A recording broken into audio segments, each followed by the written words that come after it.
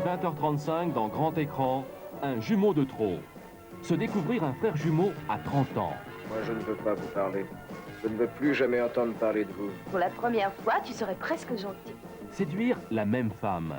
Je t'aime plus que lui. Y a-t-il un jumeau de trop? Un thriller hitchcockien sur fond de mensonges et de dissimulation. Où il est normal de voir double. Franck, que fais-tu là?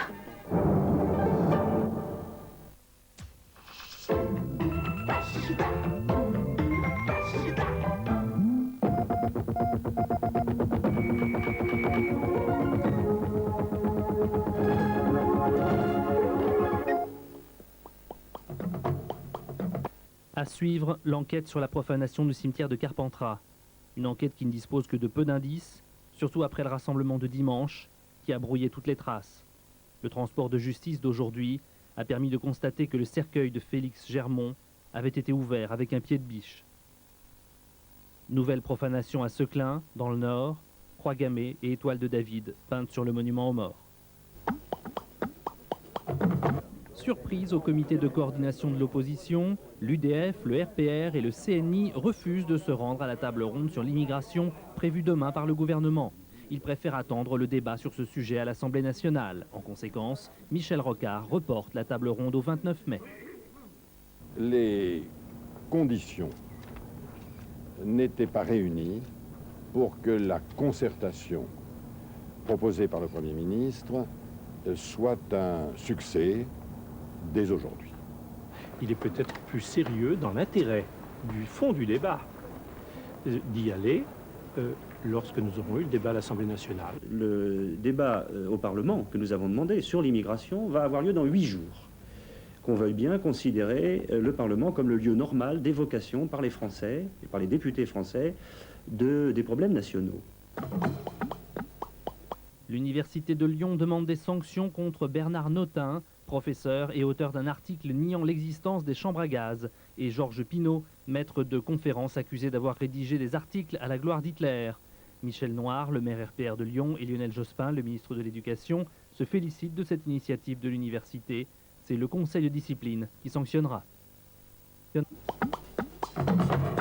des gens donc aient pu en arriver à commettre des choses aussi odieuses, c'est bien le signe qu'il y a eu un certain relâchement moral et qu'on a perdu le sens des valeurs dans notre société.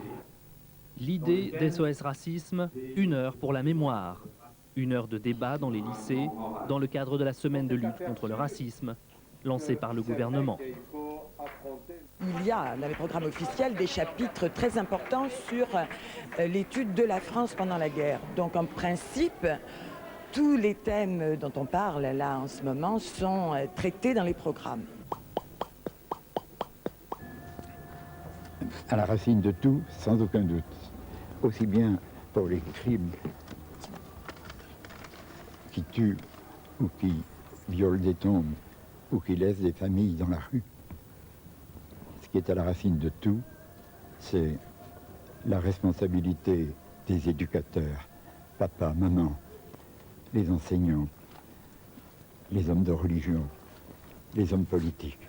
C'est une tâche urgente, tragique, comme si on était en guerre, devant laquelle on se trouve placé. Notre jeunesse est déboussolée. Elle voit passer indifférent à côté d'enfants comme eux,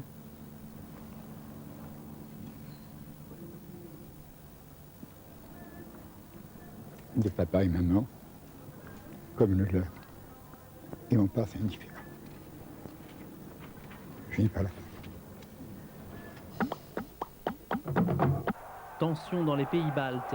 En Lettonie, partisans et adversaires de l'indépendance s'affrontent autour du Parlement, gardé par la police. À Tallinn, en Estonie, des partisans de Moscou envahissent le Parlement et hissent le drapeau soviétique.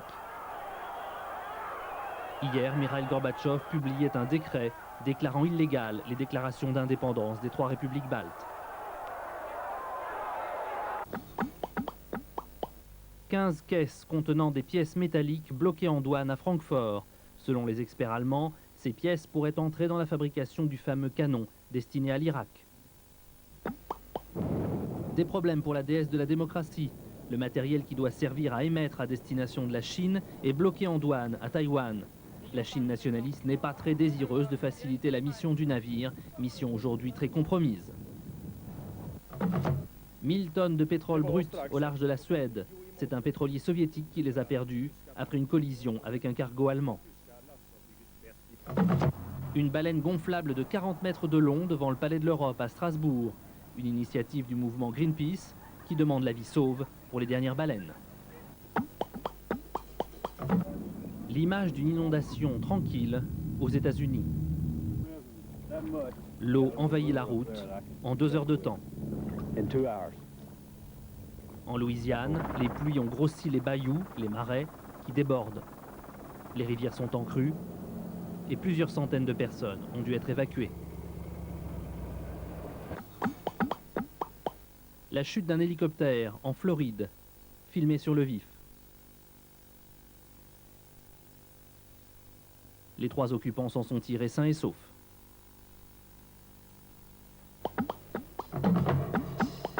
Attention, si vous nous regardez à Paris, à partir d'1h15, eh bien vous ne nous verrez plus. L'émetteur de la Tour Eiffel est en réparation jusqu'à 6h15. Mais vous nous recevrez toujours en province. À bientôt.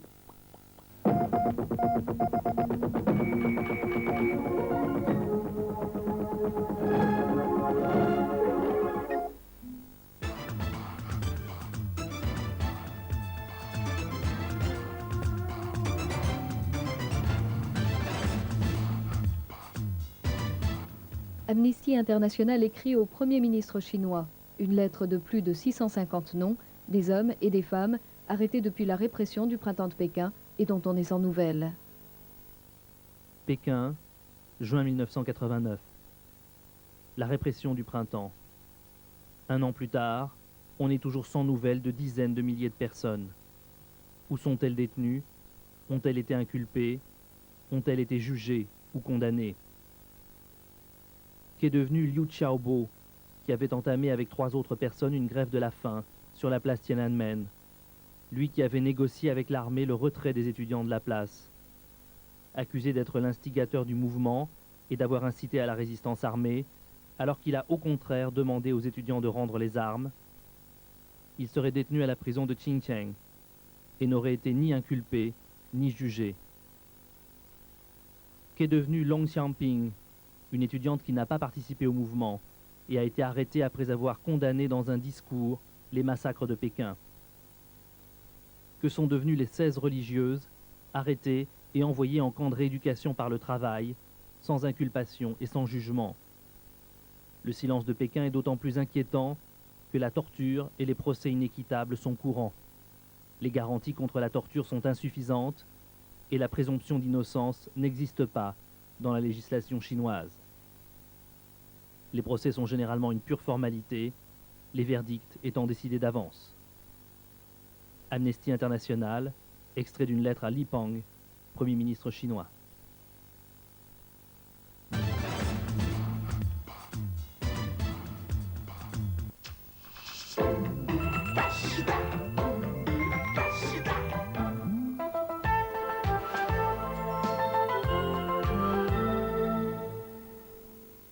Un réveil dans la brume demain, particulièrement dans le centre et le sud-ouest, mais très vite le soleil imposera ses rayons et les nuages se feront tout petits, sauf sur le sud-ouest où ils prendront de plus en plus d'importance.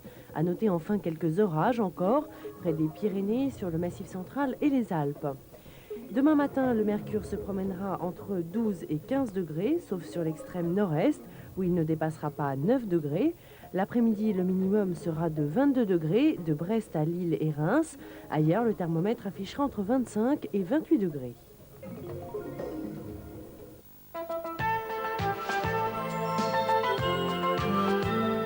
L'assurance auto qui se paie au kilomètre.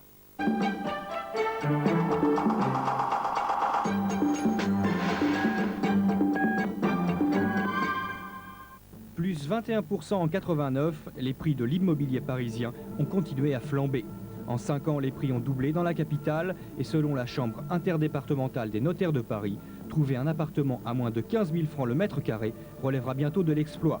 Dans les arrondissements réputés bon marché comme le 19e, la hausse des prix a été l'an dernier supérieure à 30%.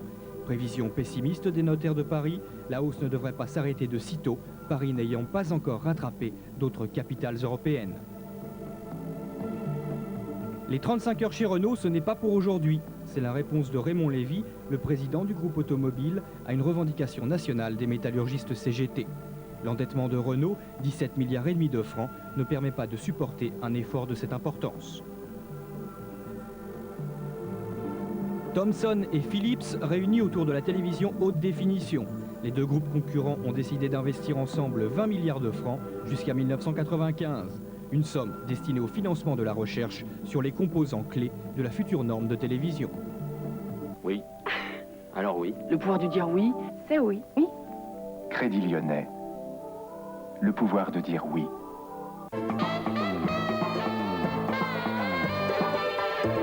Eh oui, le tiercé quarté, c'est mon dada. Alors, suivez-moi dans Bilto.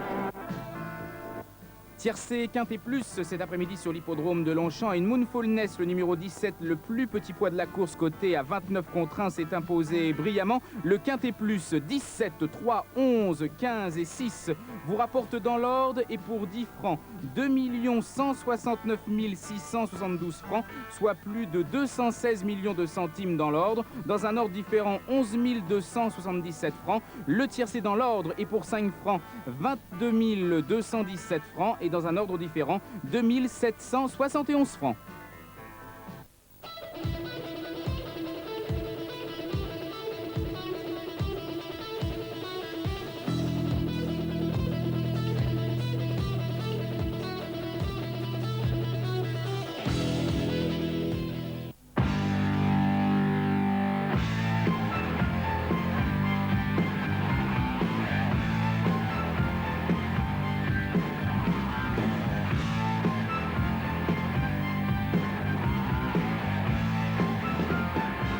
Hello, I'm Ronnie James Dio, and surrounding me, the Dio Band. I guess I should tell you a little bit about the fact that these are new players inside this band. This is an entirely newly put together one. Starting with our guitar player, Rowan Robertson. Rowan was the lucky winner of the Find the Guitar Player contest that lasted for about a year. Looked for a long time to find the right player, and Rowan is obviously the right player, and you'll know that when you hear the new product that we have being released in May, early part of May.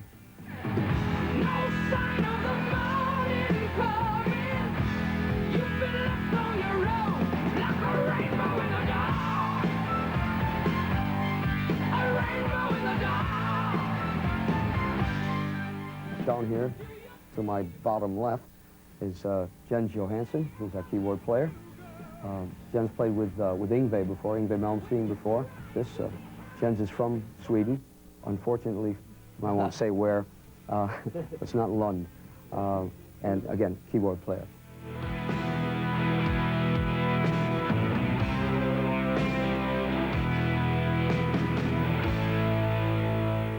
Our bass player is Teddy Cook. Teddy's from New York.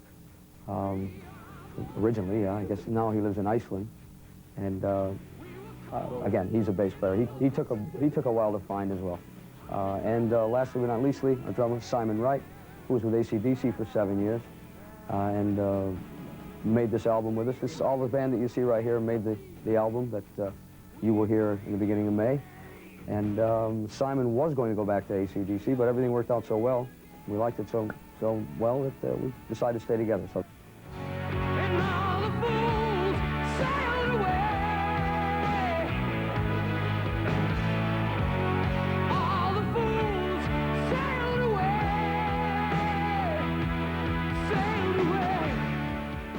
This is the band and kind of how we all came together. The album is called Lock Up the Wolves.